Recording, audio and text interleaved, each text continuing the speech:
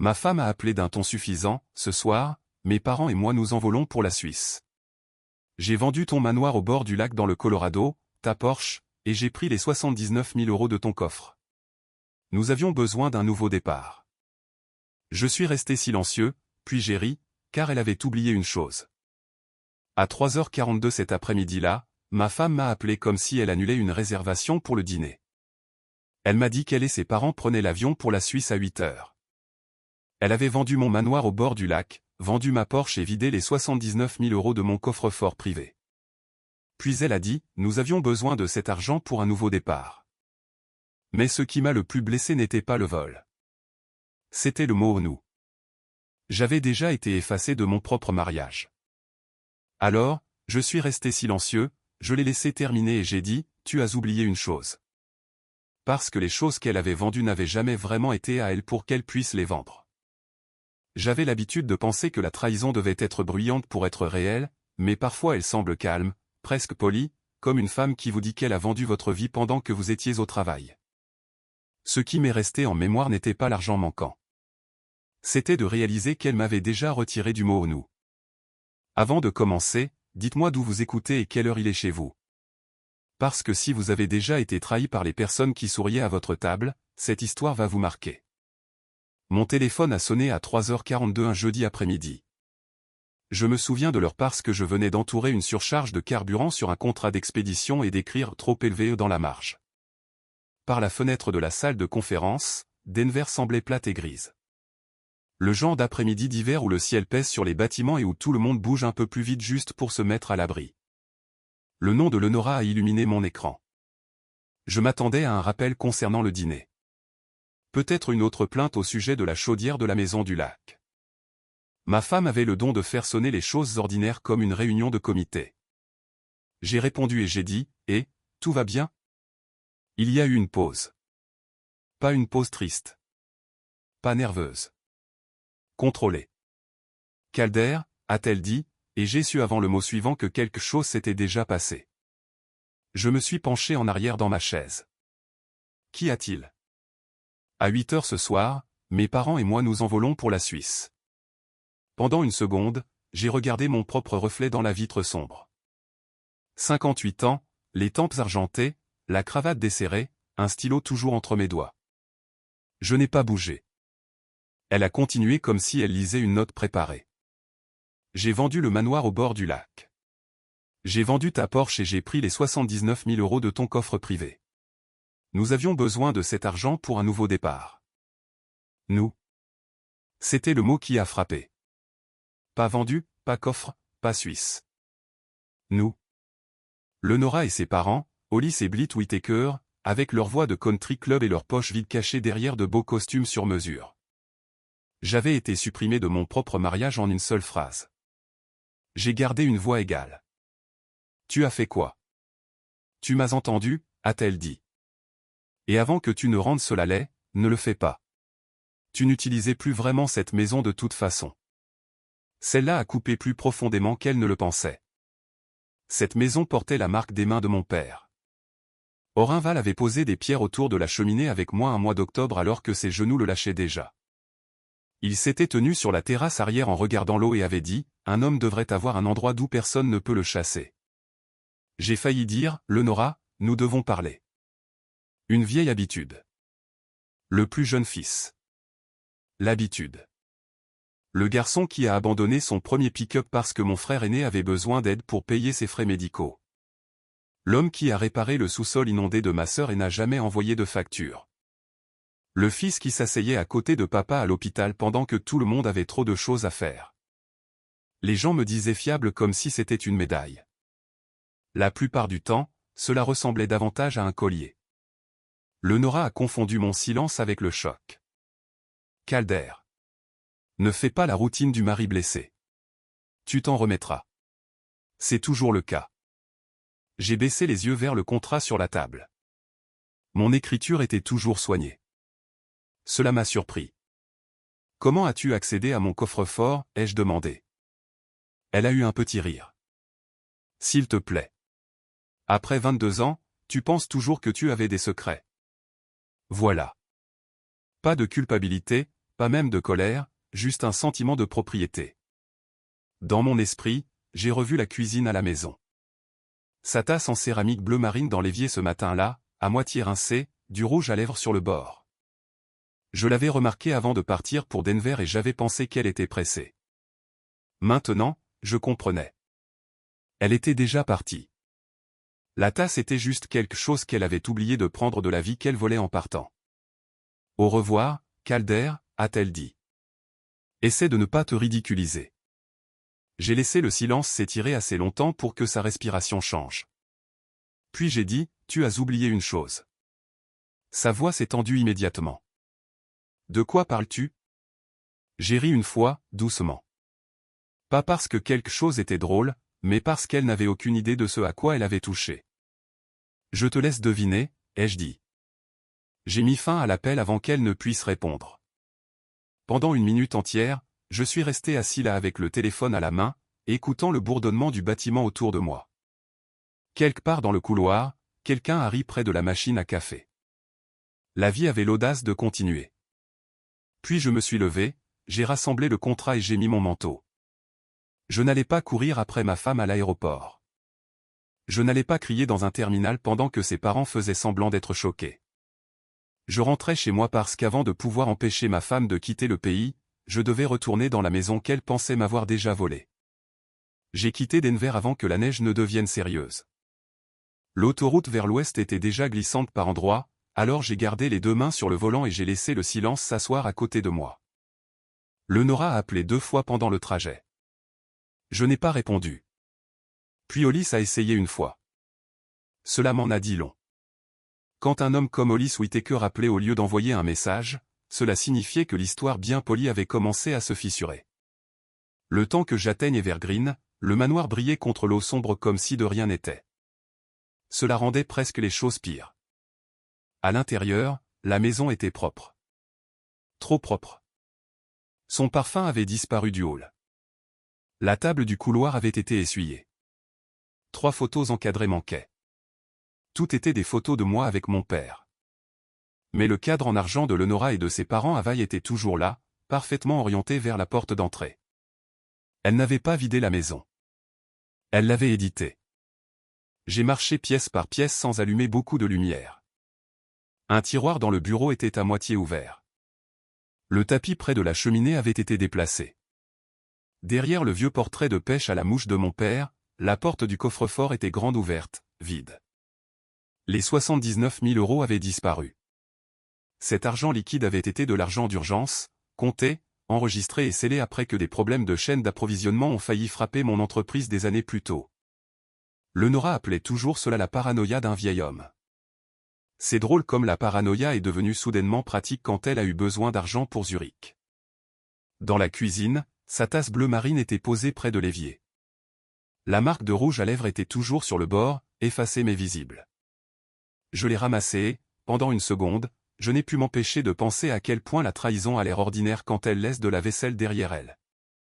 Je l'ai lavée lentement, je l'ai mise à l'envers sur l'égouttoir et je me suis essuyé les mains. Puis je suis descendu. Le vieil atelier de mon père se trouvait sous le garage. J'avais évité cette pièce depuis que nous l'avions enterrée. Elle sentait encore l'huile, la sueur et les manteaux d'hiver. Derrière une pile de manuels de moteur, j'ai trouvé l'armoire en acier dont je me souvenais depuis mon enfance. Verrouillée. Puis une phrase m'est revenue d'un voyage de pêche l'année avant la mort de papa. Ne mets jamais ton vrai nom sur la chose que tu ne peux pas te permettre de perdre.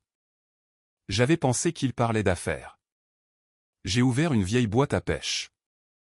Sous un étui à l'heure décoloré marqué cèdre bleu, j'ai trouvé la clé collée à plat contre le plastique.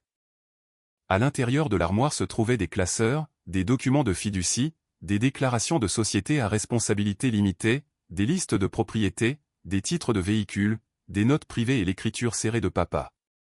Je me suis assis sur le sol en béton et j'ai lu jusqu'à ce que le froid traverse mon jean.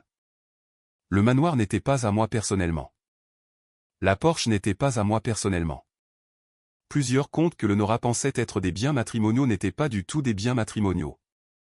Ils appartenaient à Val Strategic Holdings, protégés par une fiducie familiale que mon père avait construite avant que sa santé ne se détériore. J'étais le bénéficiaire de contrôle. Le Nora avait accès au confort, pas à la propriété. Cette différence allait avoir de l'importance. Mon téléphone a vibré. Le Nora. Le temps que tu comprennes les choses, nous serons déjà partis. J'ai regardé le message, puis j'ai appelé Maria Selenus, l'avocate qui gérait la succession de papa. Elle a répondu à la 3e sonnerie. Calder. Je crois que ma femme a vendu des choses qu'elle n'a jamais possédées légalement. La ligne est devenue silencieuse. Puis Maria a dit prudemment, ne l'appelle plus ce soir. Ne la préviens pas, apporte-moi tous les documents de cette armoire. J'ai regardé autour de l'atelier, les outils que papa avait laissés dans un ordre parfait, et j'ai senti quelque chose changer en moi. Le Nora pensait avoir volé une maison. Ce qu'elle avait vraiment fait, c'était entrer dans une structure que mon père avait construite pour le jour où quelqu'un confondrait ma gentillesse avec une permission. Non, le Nora, ai-je dit à la pièce vide. Tu n'es pas encore parti. C'est à ce moment-là que j'ai finalement compris que ma femme ne m'avait pas trahi en un seul jour. Elle répétait ma disparition depuis des années.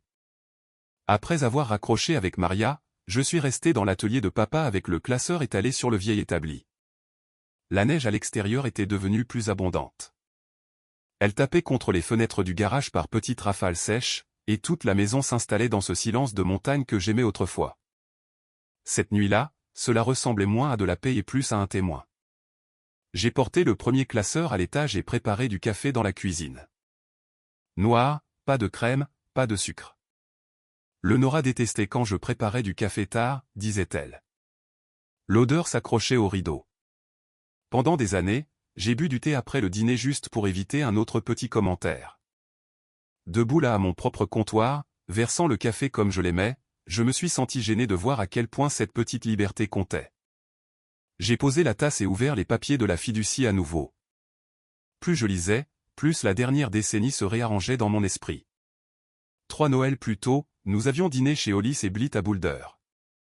Nappe blanche, verre en cristal, côte de bœuf sculptée comme sur une photo de magazine. Un mois avant ce dîner, j'avais discrètement remboursé un privilège fiscal que Hollis avait caché à ses amis. Il appelait cela un problème temporaire de liquidité. J'appelais cela ce que c'était, des ennuis. Personne à cette table ne savait que je l'avais sauvé de l'embarras public. Ce soir-là, Hollis avait levé son verre au beau-frère de Lenora et avait dit « Voici un homme qui comprend le sacrifice familial ». Tout le monde avait souri. Tout le monde avait applaudi.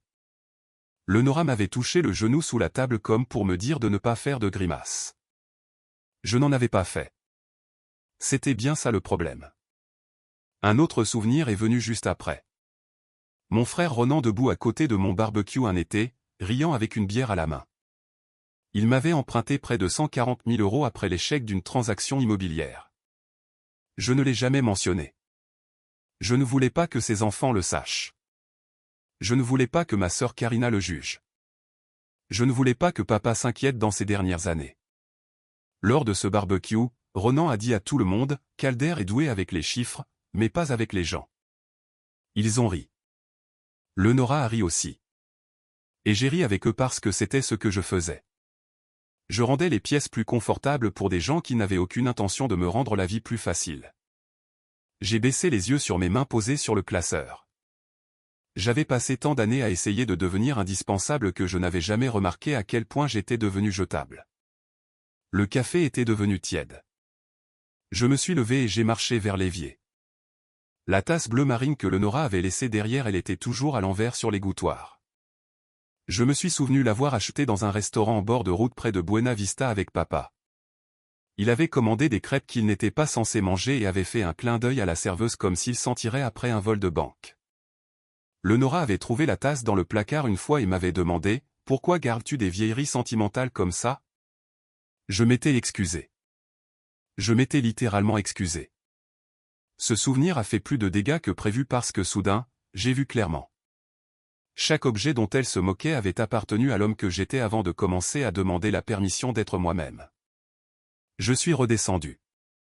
Au fond de l'armoire en acier, sous les listes de propriété, j'ai trouvé une enveloppe scellée avec mon nom écrit de la main de papa. Calder, juste ça. Je l'ai ouverte prudemment. Fils, si tu lis ceci après une trahison, alors j'avais probablement raison sur une chose. Tu as hérité de ma mauvaise habitude de supporter les gens plus longtemps que tu ne le devrais. Je me suis arrêté là. Le papier tremblait légèrement entre mes doigts.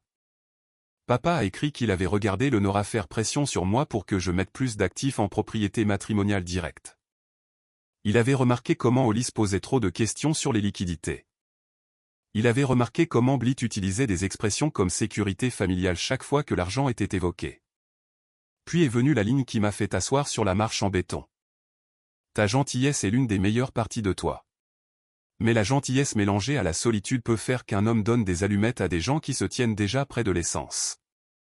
Je ne me suis pas effondré bruyamment. Les hommes comme moi ne le font généralement pas. Nous nous replions sur nous-mêmes. Nous regardons le sol.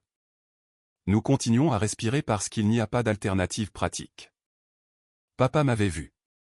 Cela faisait plus mal que d'être volé. Cela m'a aussi stabilisé. Au bout d'un moment, je me suis essuyé le visage, j'ai plié la lettre et j'ai rappelé Maria. Elle a répondu comme si elle attendait. Si Lenora a vendu des actifs qu'elle ne possédait pas légalement, ai-je demandé, à quel point sont-ils dans les ennuis? Maria est restée silencieuse un instant. Assez pour que la Suisse ne les protège pas si nous agissons correctement. Correctement. Pas émotionnellement. Pas bruyamment. Correctement.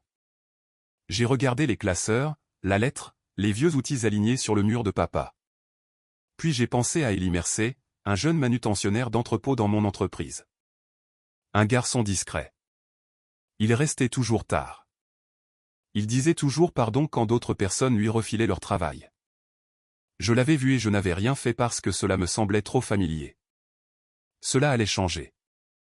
Avant de monter à l'étage, j'ai replacé la tasse bleu marine de Lenora près de l'évier. Pas comme un souvenir, mais comme une preuve. La preuve que certaines personnes quittent votre vie bien avant de passer la porte. Au matin, je n'essayais plus de sauver mon mariage. J'essayais de comprendre jusqu'où ma femme était prête à aller pour me détruire avant que je ne finisse par me défendre. Je n'ai pas beaucoup dormi. À 6h30, l'allée était ensevelie sous la neige fraîche, et le lac au-delà des fenêtres ressemblait à une plaque d'acier terne. La maison semblait différente à la lumière du jour. Pas plus chaleureuse, juste plus exposée.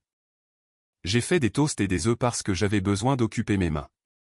À mi-chemin du nettoyage de la poêle, je suis monté à l'étage pour prendre une chemise propre et j'ai trouvé l'alliance de Lenora dans le tiroir de la salle de bain. Pas sur le comptoir, pas oublié près de l'évier. Placé à l'intérieur du tiroir, centré sur une serviette pliée. Ce n'était pas de la panique, c'était une cérémonie. Elle ne s'était pas contentée de fuir. Elle avait mis en scène sa sortie comme une femme qui clôture un compte professionnel. Je suis resté là plus longtemps que je n'aurais dû, puis j'ai fermé le tiroir et je l'ai laissé exactement comme je l'avais trouvé. À 8h15, je conduisais vers Denver avec les classeurs de papa sur le siège passager. Je n'ai pas appelé Lenora. Je n'ai pas appelé Hollis. Je n'ai pas envoyé de message blessé demandant comment elle avait pu faire ça. Un homme peut gaspiller la moitié de sa vie à supplier les gens d'expliquer une cruauté qu'ils comprennent déjà très bien. Maria Selenus m'a rencontré dans son bureau du centre-ville avec du café et un bloc-notes. Elle avait le genre de calme qui poussait les autres personnes à baisser la voix. Elle a ouvert le premier classeur, a lu pendant peut-être 5 minutes, puis m'a regardé par-dessus ses lunettes. Votre père était prudent. Il était paranoïaque, ai-je dit. Non, a-t-elle répondu. Il était expérimenté. Pendant l'heure suivante, elle m'a expliqué la structure. Le manoir était sous Val Strategic Holdings. La Porsche était immatriculée au nom d'une société à responsabilité limitée de collectionneurs liés à la même fiducie. Lenora avait un accès au foyer, pas une autorité de contrôle. Les documents de vente qu'elle avait fait passer étaient déjà défectueux, mais le vrai danger était la vitesse. Si une société de titres manquait quelque chose, il pourrait devenir coûteux d'annuler les choses. Et l'argent liquide, ai-je demandé plus durement. Maria a dit, l'argent physique est désordonné. Mais si vous enregistrez les numéros de série comme votre père vous l'a appris, et si les caméras de l'aéroport confirment qu'ils ont voyagé avec, cela aide à établir l'intention. L'intention. Ce mot a changé l'air dans la pièce. Puis elle m'a montré la pire partie. Hollis avait utilisé un acheteur intermédiaire lié à une société écran à Aspen. Des documents précipités, une vérification minimale, une date de clôture avancée 2 fois. Ce n'était pas émotionnel, a dit Maria. C'était planifié. Mon téléphone n'arrêtait pas de s'allumer pendant qu'elle parlait.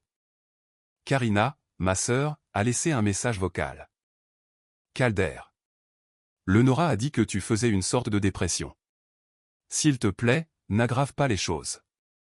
Puis Ronan a envoyé un message, appelle-moi avant que cela ne devienne plus laid.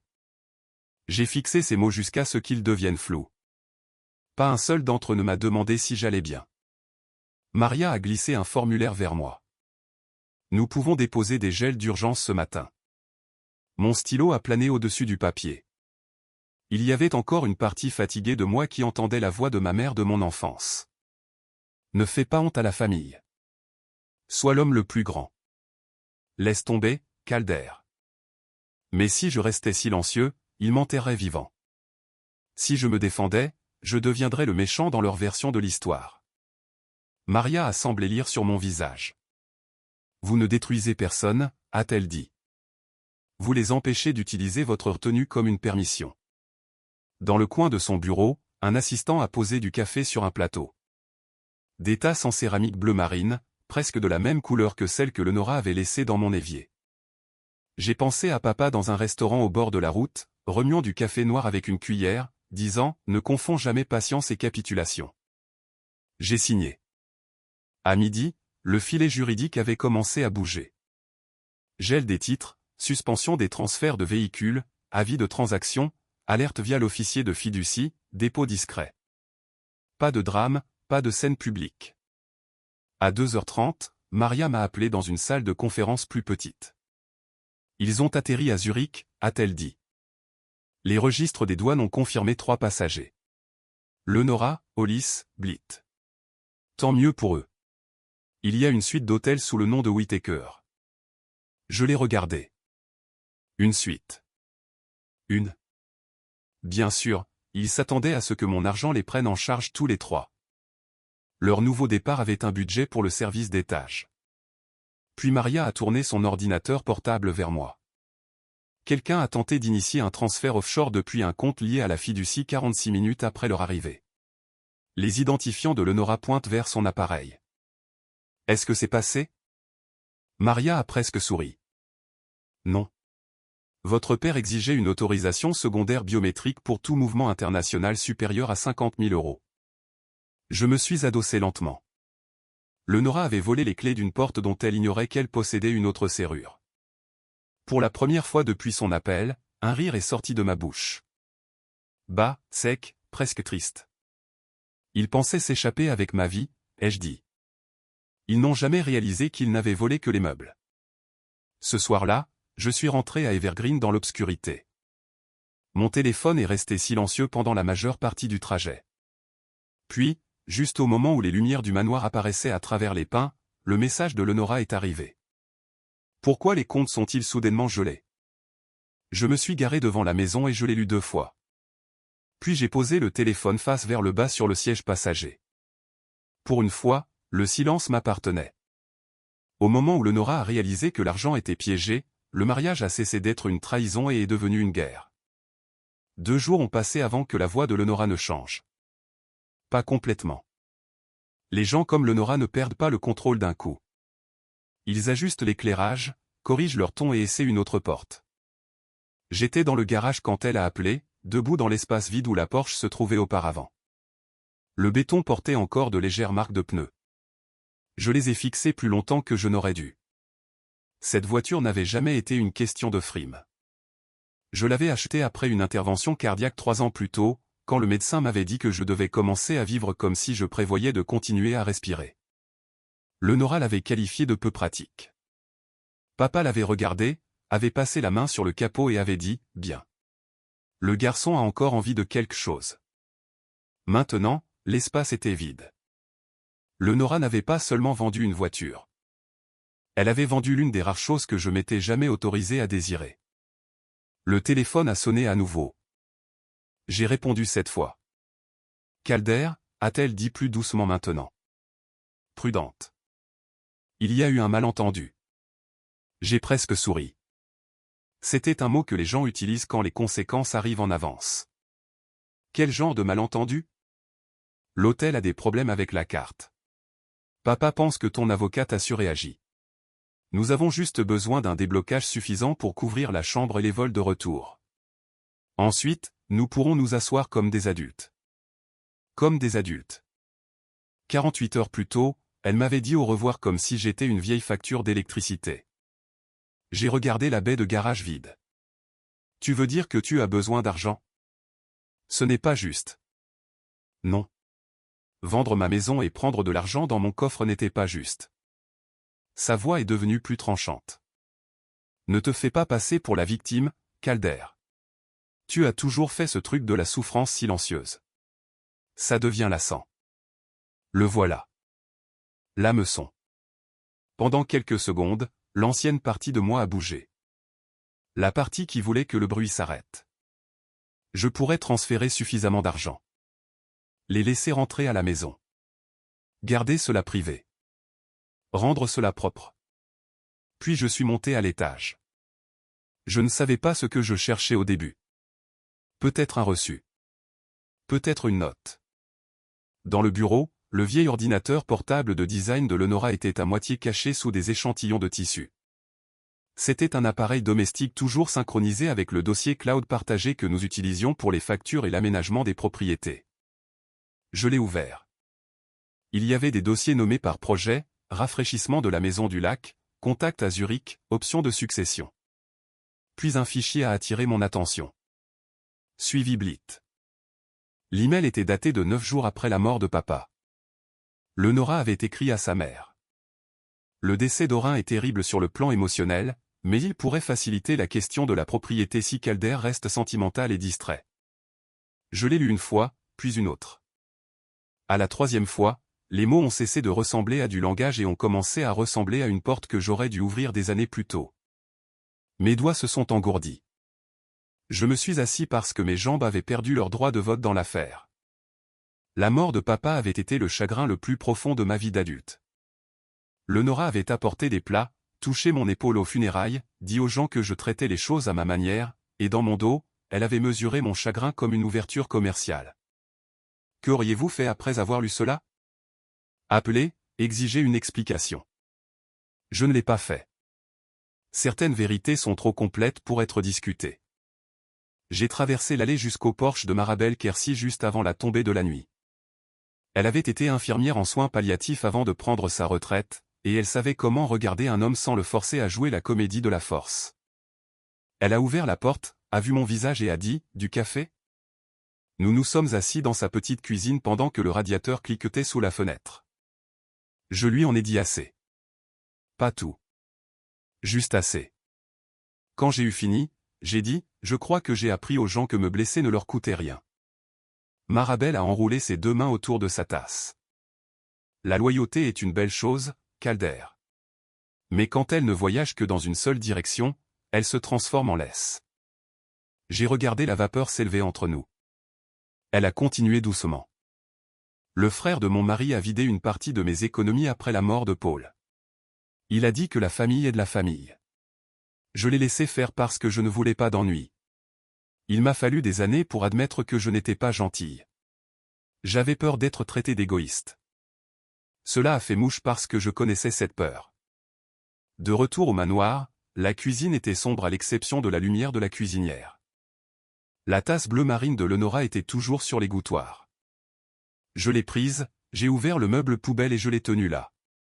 Puis je me suis arrêté. Je l'ai lavé à nouveau, je l'ai essuyé et je l'ai placé sur l'étagère la plus haute. Pas pour elle. Pour la leçon. Mon téléphone a sonné avant que je ne m'éloigne. Maria. Nous avons du mouvement, a-t-elle dit. L'acheteur de la Porsche a déposé une plainte. L'intermédiaire du manoir exige des éclaircissements, et quelqu'un du côté de Lenora dit aux gens que vous êtes financièrement violents. J'ai regardé l'ordinateur portable toujours ouvert sur la table. L'email concernant papa brillait sur l'écran. Bien, ai-je dit. Maria a fait une pause. Bien. Oui. Alors nous arrêtons de protéger leur version de l'histoire.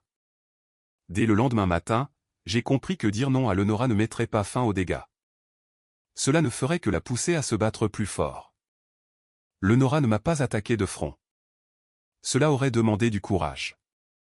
Elle est passée par des murmures, des liens transférés et des gens qui voulaient soudainement prendre de mes nouvelles après m'avoir ignoré pendant des mois. Une semaine après le gel des comptes, un blog lifestyle de Denver a publié un article sur un riche homme d'affaires du Colorado dont la femme avait échappé à des années de contrôle financier. Mon nom n'y figurait pas, mais les détails n'étaient pas subtils. Entreprise de logistique près du lac.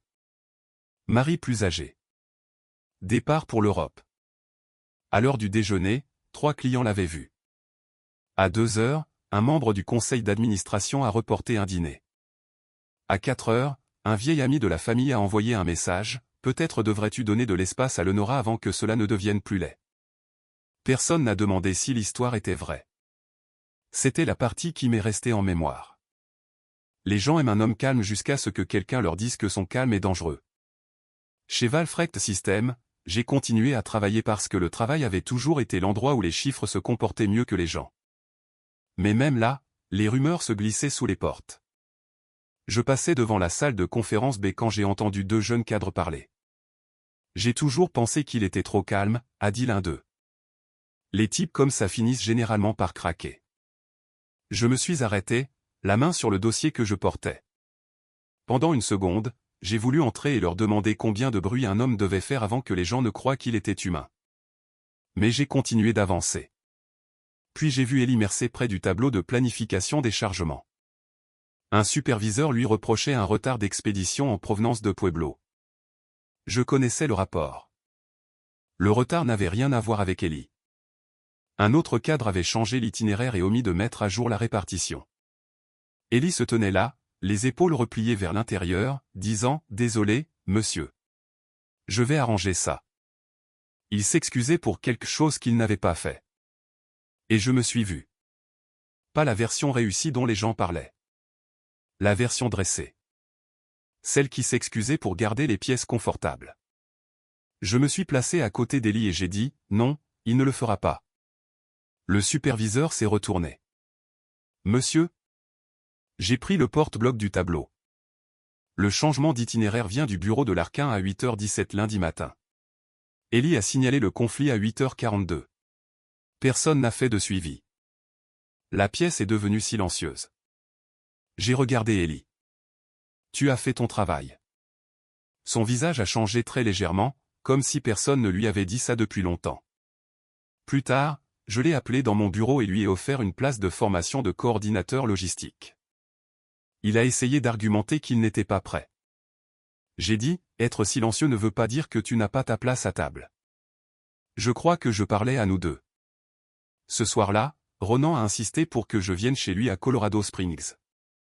Nous devons dissiper les malentendus, a-t-il dit. Cette expression signifie généralement que tout le monde a déjà choisi une version de la vérité et qu'ils veulent que vous la rendiez moins inconfortable. J'ai pris la route après le travail. Les routes étaient dégagées, mais mes mains restaient serrées sur le volant. À mon arrivée, Karina était dans la cuisine en train de faire semblant d'arranger des biscuits. Ronan a versé du bourbon trop vite. 2 cousins étaient assis dans le salon avec la posture raide de personnes attendant un spectacle. Le dîner a duré 12 minutes avant que Ronan ne le dise. Peut-être que si tu n'étais pas si contrôlant, ta femme ne se serait pas enfuie. La fourchette dans ma main a touché l'assiette avec un petit bruit. J'ai regardé mon frère. Le même homme que j'avais sauvé d'une transaction immobilière ratée. Le même homme dont les enfants n'ont jamais su que l'argent de leurs études avait presque disparu jusqu'à ce que j'intervienne. Voulez-vous la vérité, ai-je demandé. Ou voulez-vous la version qui protège tout le monde du sentiment d'inconfort? Personne n'a bougé. Alors, je leur ai donné la vérité. La fiducie, la tentative de vente illégale, le transfert gelé, l'argent liquide du coffre-fort, l'accès au compte de Zurich, l'email après la mort de papa. Karina a couvert sa bouche. Ronan a secoué la tête comme si les faits l'insultaient personnellement. Tu fais sonner ça pire que ça ne l'est. Elle a vendu des choses qu'elle ne possédait pas, ai-je dit. Tu essaies de la détruire publiquement. Non, ai-je dit. Elle a fait ça quand elle a utilisé mon chagrin comme une arme. Ronan s'est levé. Pas vite, mais assez pour rendre la pièce tendue. Le vieux Calder serait resté, aurait expliqué plus doucement, aurait lissé la nappe après que tout le monde l'ait coupée avec le sourire. J'ai repoussé ma chaise. J'ai passé toute ma vie à financer le confort de tous les autres tout en m'apprenant à survivre avec des miettes de respect. J'en ai fini de faire ça. J'ai ramassé mon manteau. Près de l'évier, il y avait une tasse bleu marine de presque la même nuance que celle de la maison. Je l'ai remarqué et j'ai continué à marcher. Pour une fois, je n'ai pas confondu la reconnaissance avec la faiblesse. Maria m'attendait au manoir à mon retour, sa voiture garée sous les pins. Elle tenait un dossier d'une main et avait l'air d'une femme porteuse de mauvaises nouvelles liées à des nouvelles utiles. Les avocats de Lenora ont déposé des allégations, a-t-elle dit. Actifs cachés, intimidation émotionnelle, violence financière. J'ai pris les papiers et je les ai lus debout dans le hall. Puis Maria a ajouté, mais la vidéosurveillance de l'aéroport, les registres de transactions et la trace des emails sont suffisamment solides pour entamer des discussions sur la responsabilité pénale si nous en avons besoin. J'ai regardé vers la cuisine sombre où la maison ressemblait enfin moins à une blessure et plus à une ligne tracée dans le sable. Il voulait un homme qui resterait silencieux quoi qu'il fasse, ai-je dit. Cet homme est parti maintenant. Je pensais que parler enfin mettrait fin à la guerre. J'avais tort. Cela a seulement convaincu Lenora qu'elle devait me détruire complètement avant que je ne détruise ses mensonges. 10 jours plus tard, les avocats de Lenora ont essayé de transformer ma personnalité en preuve. Le document a été livré par coursier juste après le déjeuner. Maria a scanné la première page, puis l'a fait glisser sur mon bureau sans adoucir son visage.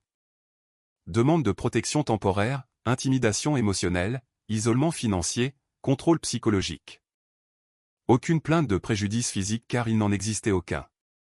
Au lieu de cela, ils ont construit leur dossier autour de la chose même que les gens avaient louée en moi toute ma vie. Mon calme. J'ai lu les paragraphes 2 fois. Selon eux, j'étais froid. J'étais distant. J'utilisais le silence pour punir ma femme. J'avais créé une structure financière pour la piéger. Toute ma vie, les gens m'avaient félicité d'être resté stable. Maintenant, ils utilisaient cette stabilité pour me faire paraître dangereux. Maria m'a observé attentivement. Nous pouvons répondre de manière agressive. Je sais que vous n'avez pas à supporter cela poliment. J'ai regardé à travers la paroi de verre de mon bureau l'entrepôt en dessous. Des chariots élévateurs se déplaçaient entre les palettes. Des chauffeurs vérifiaient les manifestes. Les gens faisaient du vrai travail là-bas. Un travail honnête. Le genre qui ne dépendait pas de qui savait le mieux pleurer dans un document juridique. Je ne veux pas de vengeance, ai-je dit. Je veux que la vérité arrête de bouger. Ce soir-là, après le départ de la plupart du personnel, Élie Mercé a frappé à ma porte. Il ressemblait à un homme demandant la permission de respirer. Monsieur Val, avez-vous une minute? Entre, Élie. Il a fermé la porte, mais est resté près d'elle, tordant sa casquette entre ses deux mains. J'aurais dû vous dire ça plus tôt. J'ai attendu. Quelques semaines avant que Madame Whittaker ne parte, après cette réception de charité au centre-ville, j'étais au niveau inférieur du parking. Je vérifiais le cadenas d'une remorque. Je l'ai entendu se disputer avec son père. Cela a retenu toute mon attention. Que as-tu entendu? Les yeux d'Élie se sont baissés vers la moquette. Monsieur Whittaker a dit, une fois que nous aurons déplacé les actifs du Colorado, Calder n'aura plus assez de colonnes vertébrales pour combattre qui que ce soit au point. Le bureau a semblé rétrécir autour de cette phrase. Pas assez de colonnes vertébrales. Pas mari, pas gendre, pas famille. Un système qu'il s'attendait à voir fonctionner silencieusement pendant qu'il le vidait. Élie a continué, la voix plus basse. Il y a plus. Le couloir de service de cet événement dispose d'un enregistrement audio pour des raisons d'assurance. Après un vol de colis l'année dernière, on m'a demandé d'archiver les images de sauvegarde pour l'accès des fournisseurs. J'en ai gardé une copie. Il a posé une clé USB sur mon bureau comme si elle pesait 50 kilos. J'ai entendu Madame Whittaker et sa mère parler d'avancer la date de la vente. Elles ont dit que vous seriez en deuil et trop embarrassé pour faire des histoires. Pendant un instant, je n'ai pas touché à la clé. Le vieux Calder l'aurait remercié, l'aurait caché et aurait prié pour que personne ne le force à l'utiliser. Cet homme avait été entraîné à confondre le silence avec la décence. J'ai appelé Maria. Elle est arrivée au bureau dans l'heure. Nous avons examiné le fichier dans la salle de conférence avec les stores baissés. L'enregistrement n'était pas dramatique. Pas de cris, pas d'aveux faits pour la télévision, juste de la cruauté ordinaire. La voix de Lenora, calme comme si elle commandait le déjeuner, si nous attendons, Calder va commencer à poser des questions. Blit a répondu, alors n'attends pas. Les hommes comme lui ont toujours besoin de temps pour digérer les choses. Utilise cela. Maria a arrêté le son. Cela a besoin d'être authentifié, a-t-elle dit. Mais si ça passe, ça change la température. Ne le divulguez pas encore. Elle m'a étudié. Calder. Pas encore. Il y avait une différence maintenant. Je ne me cachais pas parce que j'avais peur des conflits. J'attendais parce que le timing était important. Le pouvoir n'était pas le volume. Le pouvoir, c'était de savoir quand la pièce était enfin prête à écouter. Sur le chemin du retour, la neige a recommencé à tomber. Au lieu d'aller directement au manoir, j'ai tourné vers le cimetière où papa était enterré. L'endroit était vide à l'exception du vent qui soufflait à travers les pins. Je me suis tenu devant la tombe d'Orin avec le col de mon manteau relevé et la tasse bleu marine coincée dans une main. Je ne sais pas pourquoi je l'avais apporté. Peut-être parce que certains objets deviennent des témoins quand les gens vous font défaut. Tu as essayé de m'avertir, ai-je dit. La gentillesse sans limite devient une permission. J'ai posé la tasse à côté de la pierre pendant quelques minutes, puis je l'ai reprise avant que la neige ne la remplisse. Cette nuit-là, Lenora est venue au manoir. Elle a amené 2 avocats et Hollis. Son visage était plus fin. Son manteau était cher. Mais elle avait l'air fatiguée à l'intérieur.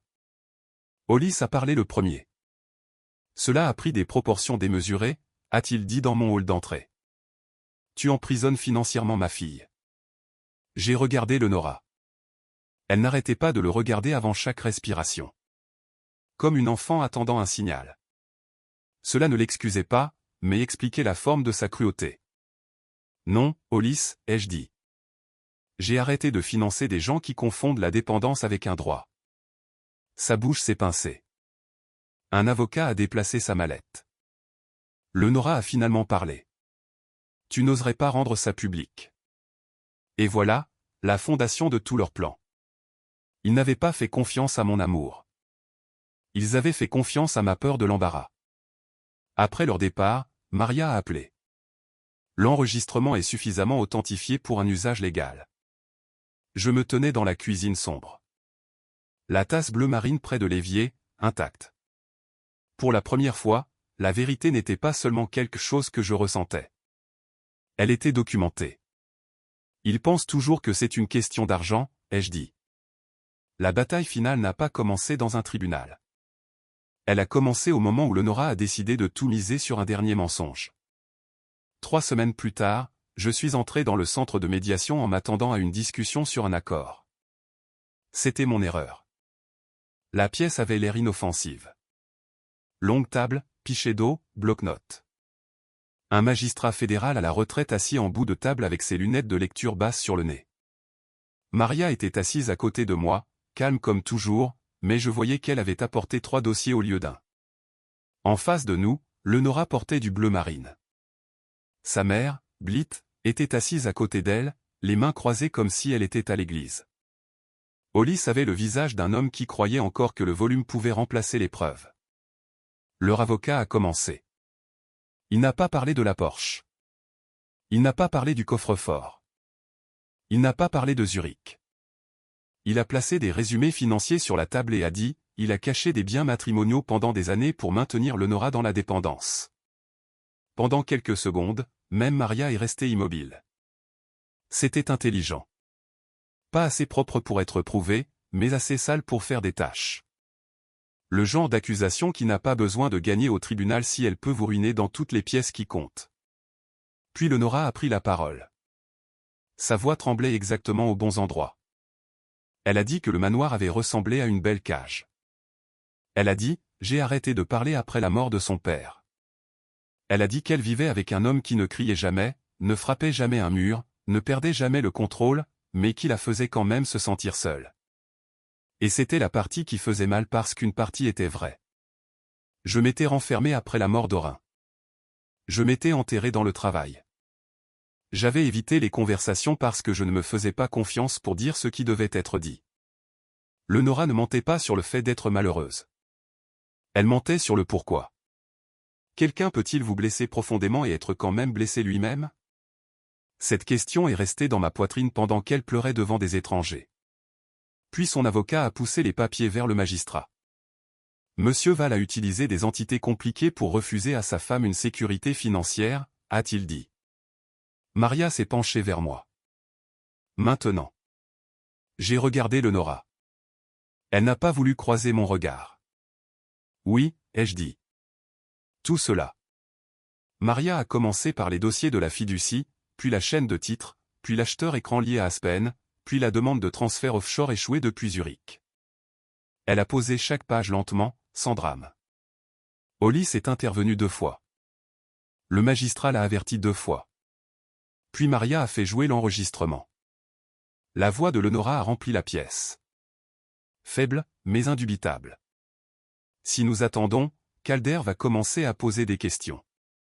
Blit a répondu. Alors n'attends pas. Les hommes comme lui ont toujours besoin de temps pour digérer les choses. Utilise cela. Personne n'a bougé. Le silence après cet enregistrement avait un poids. Mais Maria n'avait pas fini. 6 mois avant la mort de papa, Orin avait modifié la fiducie. Je n'avais trouvé cette clause qu'après le départ de Leonora. Tout bénéficiaire ou conjoint qui participe sciemment à un transfert coercitif, à une dissimulation frauduleuse ou à un mouvement international non autorisé d'actifs protégés perdra toutes les distributions futures liées à la fiducie. Le visage de Leonora a changé avant même que le magistrat n'ait fini de lire. Elle a compris qu'elle n'avait pas seulement perdu un accès temporaire, elle s'était effacée de millions. Elle m'a regardé comme si j'avais construit le piège. Tu savais ça depuis le début, a-t-elle murmuré. Non, ai-je dit. Je l'ai découvert après ton départ. Cela comptait pour moi, même si personne d'autre ne s'en souciait.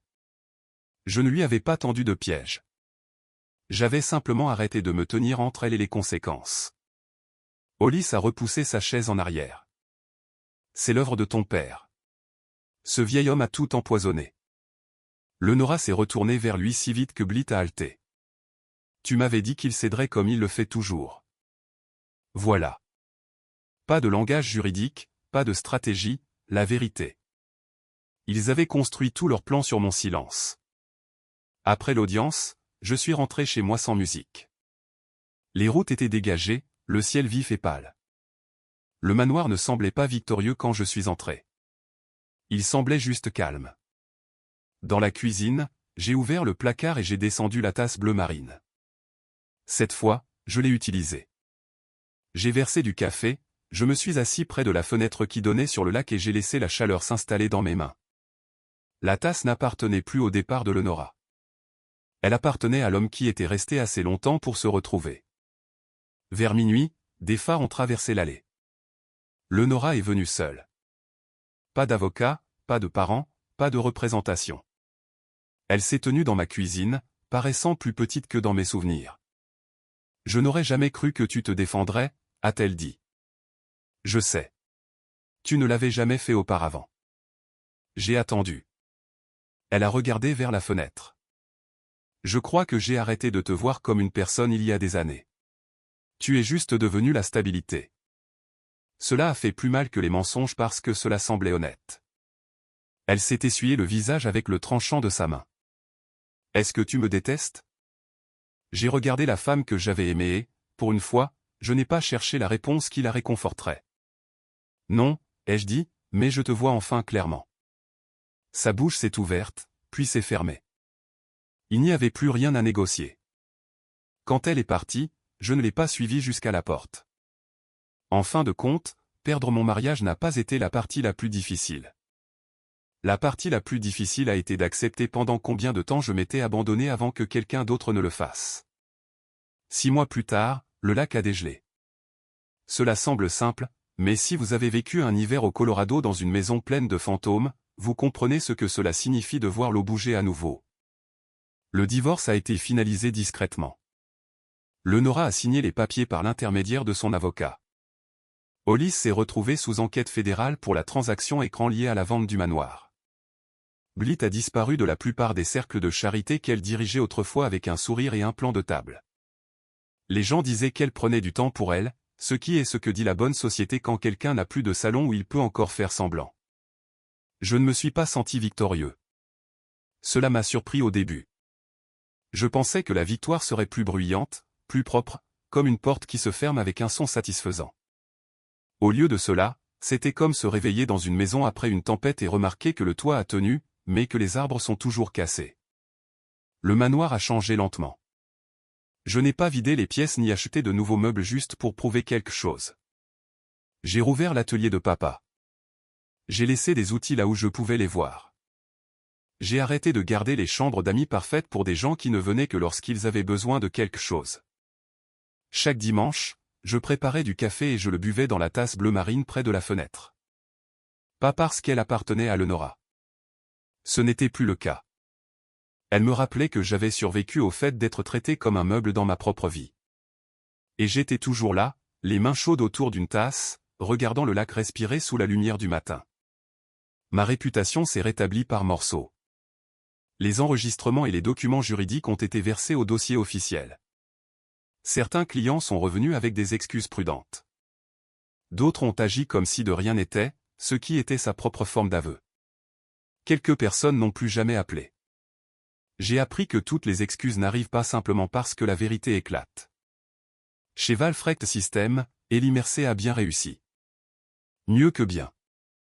Un après-midi, je suis passé devant le bureau de planification et je l'ai entendu corriger calmement un superviseur qui blâmait un nouveau répartiteur pour une erreur d'itinéraire. Elie a dit, elle a signalé ça hier. Vous avez manqué la note. Pas de colère, pas de tremblement, juste des faits. J'ai continué à marcher, mais j'ai souri tout le long du chemin du retour vers mon bureau. C'est ainsi qu'un cycle se brisait. Pas avec des discours, avec une personne discrète apprenant à ne pas porter le blâme d'une autre personne. Une semaine plus tard, j'ai apporté des courses et des grains de café à Marabelle. Elle était sur son Porsche, portant un gilet même si la soirée était douce. Tu marches différemment, a-t-elle dit.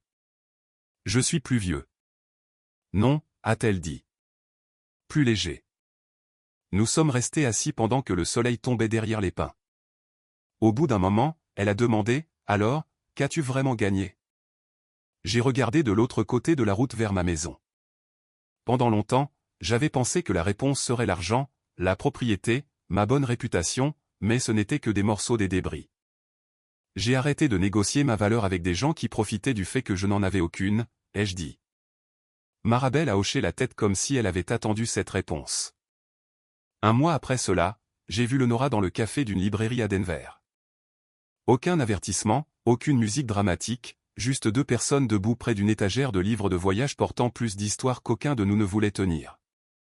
Elle avait l'air fatiguée, pas détruite, juste dépouillée de son jeu de scène. Nous sommes restés assis pendant 10 minutes. Elle m'a dit qu'elle avait emménagé dans un petit appartement en dehors de Boulder. Elle avait commencé une thérapie. Elle a dit que ses parents l'avaient élevée en lui faisant croire que la sécurité pouvait disparaître du jour au lendemain. Alors, elle a passé sa vie d'adulte à essayer de contrôler tout ce qui la faisait se sentir en sécurité. J'ai écouté. Comprendre n'est pas la même chose qu'excuser. C'est quelque chose que l'âge vous apprend. Avant de partir, elle m'a regardé et a dit, « Tu étais la chose la plus sûre de ma vie. » J'ai juste traité la sécurité comme une propriété. J'ai laissé cela reposer entre nous. Puis j'ai dit, « J'espère qu'un jour tu apprendras la différence. » C'étaient nos adieux. Les vrais. Ce soir-là, je suis rentré à Evergreen avec les fenêtres entr'ouvertes. L'air sentait les aiguilles de pin et la pierre mouillée. À la maison, je suis descendu dans l'atelier de papa et j'ai ouvert l'armoire en acier. Sa dernière lettre était toujours là. Je l'ai lue une fois de plus, non pas parce que j'avais besoin d'instructions, mais parce que je voulais entendre sa voix sans qu'aucune douleur n'y soit attachée. Puis je l'ai pliée soigneusement et je l'ai replacée, pas cachée, protégée. Plus tard, je me suis assis à côté de la fenêtre du lac avec la tasse bleu marine entre les deux mains. La maison était silencieuse, mais pas vide. Il y a une différence. Le vide demande à être rempli. Le silence, quand il est mérité, vous laisse vous reposer. Je pensais autrefois que la force signifiait tout supporter silencieusement. J'avais tort. La force, c'est savoir quand le silence devient un effacement de soi. Parfois, les personnes qui vous blessent le plus sont celles qui se sont habituées à ce que vous surviviez à des choses auxquelles vous n'auriez jamais dû avoir à survivre seul. Avez-vous déjà vécu quelque chose de similaire? Si oui, racontez votre histoire. Je lis tout le monde. Dehors, le lac bougeait doucement dans le vent d'automne. Et pour la première fois de ma vie, je me suis assis dans le calme sans me sentir invisible.